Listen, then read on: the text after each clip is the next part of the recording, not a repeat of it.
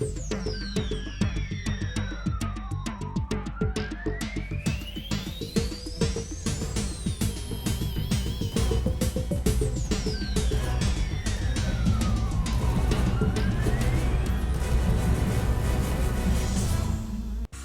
Paiva é graduado em Filosofia e Teologia, mestre e doutor pela Pontifícia Universidade Gregoriana. É professor do Departamento de Ciências da Religião da PUC Minas, onde atua nos cursos de Filosofia e no mestrado em Ciências da Religião. Nosso convidado é também apresentador do programa Horizonte Debate.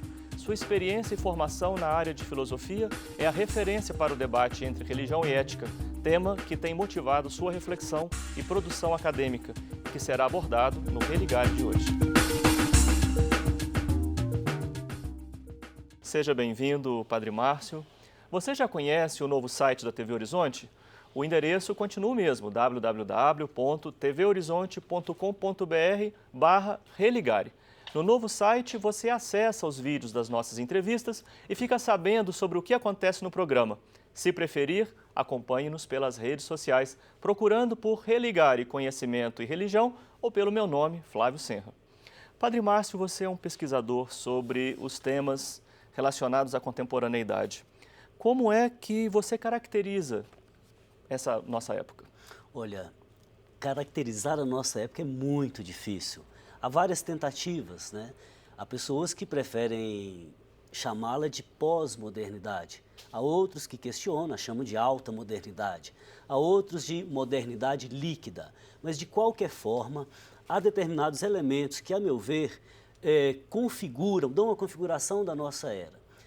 Primeiro elemento a que me refiro é a crise de fundamentação.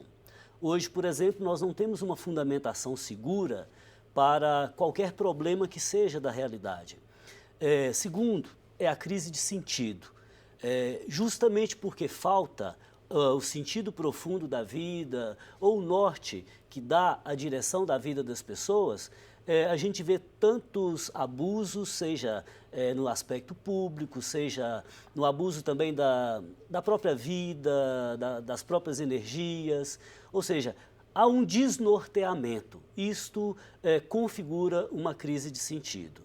E terceiro, eu acho que há um problema que reina na contemporaneidade, que é a questão do relativismo, né? Claro que quando nós falamos em relativismo, é preciso delimitar bem aquilo a que me refiro, porque há um relativismo cultural, ele é inevitável, um relativismo espaço-temporal, inevitável, e outros relativismos questionáveis, sobretudo na sua origem e nas suas consequências, né? Inclusive, hoje a gente vai aproveitar para, detalhar, né, esses aspectos. Correto. Então, eu acho que esses três elementos caracterizam muito a nossa época. Agora, há um outro fator que é muito importante aí, Flávio, e que parece que as pessoas hoje já não falam tanto nele, que é o processo de virtualização, né?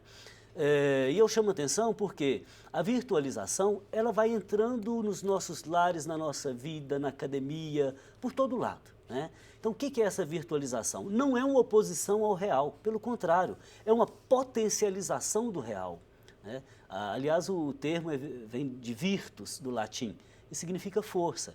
Então, esse processo de virtualização, mediado pela tecnologia, pela cultura tecnológica, está transformando a cultura contemporânea sempre mais. Sim.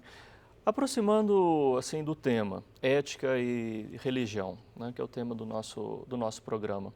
Neste contexto que você acaba de apresentar, como é que nós podemos situar o debate? Olha, falar em ética e religião, eu acho que é falar de duas asas que amparam o sujeito humano na sua vida simbólica, né? Ninguém vive, por exemplo, sem uma morada espiritual, que é o ethos, e ninguém vive sem um reservatório simbólico que eu acho que é a religião que dá para a pessoa. Ora, nos dias atuais, há também tentativas muito lúcidas, como, por exemplo, Daniel Hervier-Léger, né, o Peregrino e o Convertido, e tantas outras, a religião do pequeno relato, como a gente também está fazendo essa leitura hoje. Mas a relação ética e religião hoje, ela me faz remontar à modernidade. Por quê? Modernidade é tempo das dicotomias, das cisões. Então, primeiro é Maquiavel que separa a ética da política. Depois o liberalismo clássico separa ética e economia. A revolução científica acaba também por separar, de certa forma, ética e ciência. E hoje a gente já começa a ver esta separação ética e religião. É possível operar essa separação? Olha, depende. Se a religião representa esse reservatório simbólico do ser humano e também é uma das formas de saber ético, não dá para separar.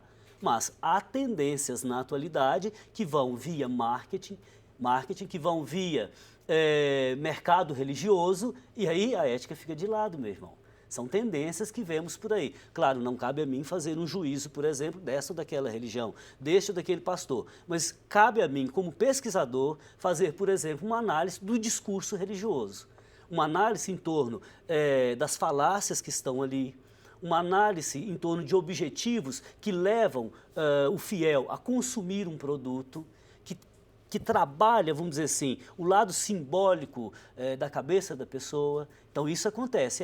Aí se percebe que a ética fica um pouco de lado, né? Porque há um interesse, seja daquela igreja, seja daquele pastor ou líder ou padre, não sei quem, de fato, em atingir os seus objetivos. Muito mais, talvez, do que construir esse arcabouço da religião. Por que eu digo isso? Porque são tendências, Flávio, que não dialogam com a tradição ocidental. Olha, toda religião merece o nosso respeito. Há aí uma ruptura? Há uma ruptura, mas a religião, por exemplo, que não dialoga com a tradição hermenêutica cristã, uma religião cristã que não faz isso, olha, ela está simplesmente abrindo mão de suas origens. Não basta pegar a Bíblia numa determinada tradução e fazer a leitura que lhe aprouver, a leitura que se quer. Isso pode ser drástico para a própria religião e para os próprios fiéis, né? Então, nesse sentido, eu acho que há um cenário aí, o padre Libano, inclusive, dizia, tais igrejas ou tal religião não tem ética, simplesmente não tem ética. Eu não digo isso, porque essa referência, vamos dizer assim, mercadológica, essa referência em torno dos objetivos que ele quer alcançar, é a referência dele.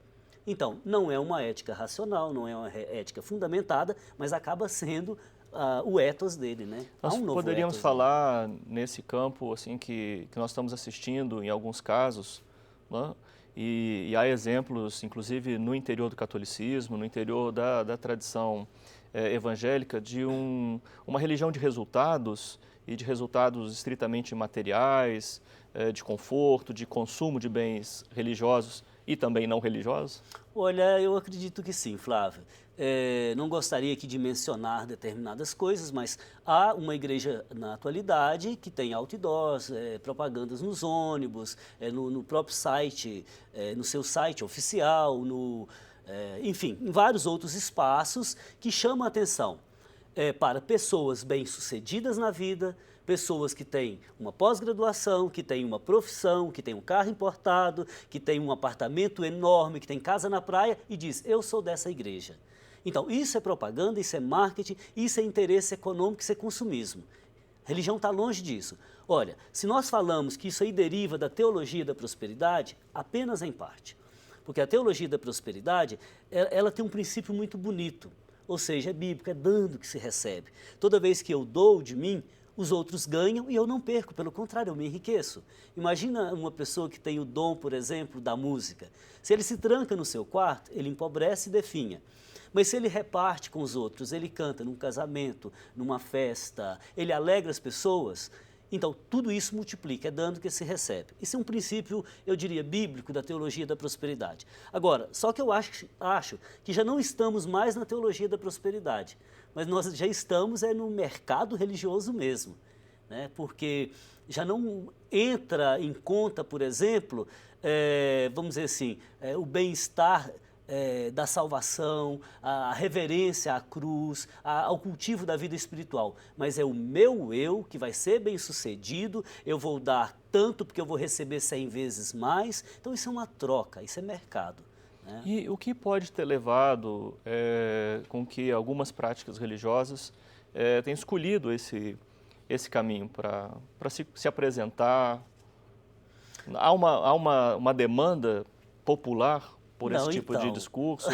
Ou faz parte da nossa época, é da nossa cultura, é da força com que o capitalismo, né, se colocou como cultura? Como é que você vê isso? Então, Flávio, a cultura normalmente, eu sou como Malinowski, ele diz assim, a cultura é a água do peixe, né? Então, se a cultura contemporânea, ela é de uma economia neoliberal, uma economia de mercado, isso vai influenciar todos os outros setores da vida humana. E eu acho que o último, que era inatacado, que é inatingível, de certa forma, agora está sendo atingido, que é a religião. Então, não tem como fugir da economia de mercado. Então, a religião, como arcabouço simbólico, reservatório simbólico e reserva ética, deveria, inclusive, nos levar a questionar essa cultura. Agora, como a economia de mercado ela dá resultados. Por exemplo, se alguém disser que vivemos numa sociedade de consumo e que ela não facilita a nossa vida, ele está mentindo. A sociedade de consumo facilitou a nossa vida, tá certo? Então, nós vivemos dentro dessa cultura, ela dá resultados e ela provoca o enriquecimento, a melhoria das pessoas. Eu filio essa tendência atual ao utilitarismo clássico, né, que foi uma tendência moderna a buscar o máximo de prazer e o mínimo de dor para as pessoas viverem. Ora, há determinadas religiões que na contemporaneidade elas prometem isso para as pessoas e fazem a propaganda. E aí, Flávio, eu chamo a atenção para uma distinção que é necessária ser feita. Distinção entre propaganda e anúncio, né? Sim. Ou seja, a propaganda visa o consumo de um produto, o anúncio visa ao engajamento da vida, visa uma busca superior, visa construir essa reserva ética e esse reservatório simbólico. E com esse critério a gente poderia, então, até mesmo fazer um juízo sobre essas experiências que estão sendo apresentadas. Mas vamos falar sobre isso daqui a pouco, Padre Márcio. Nós vamos para um breve intervalo, estou conversando com o Padre Márcio Antônio de Paiva. O programa de hoje fala sobre ética e religião. Até já.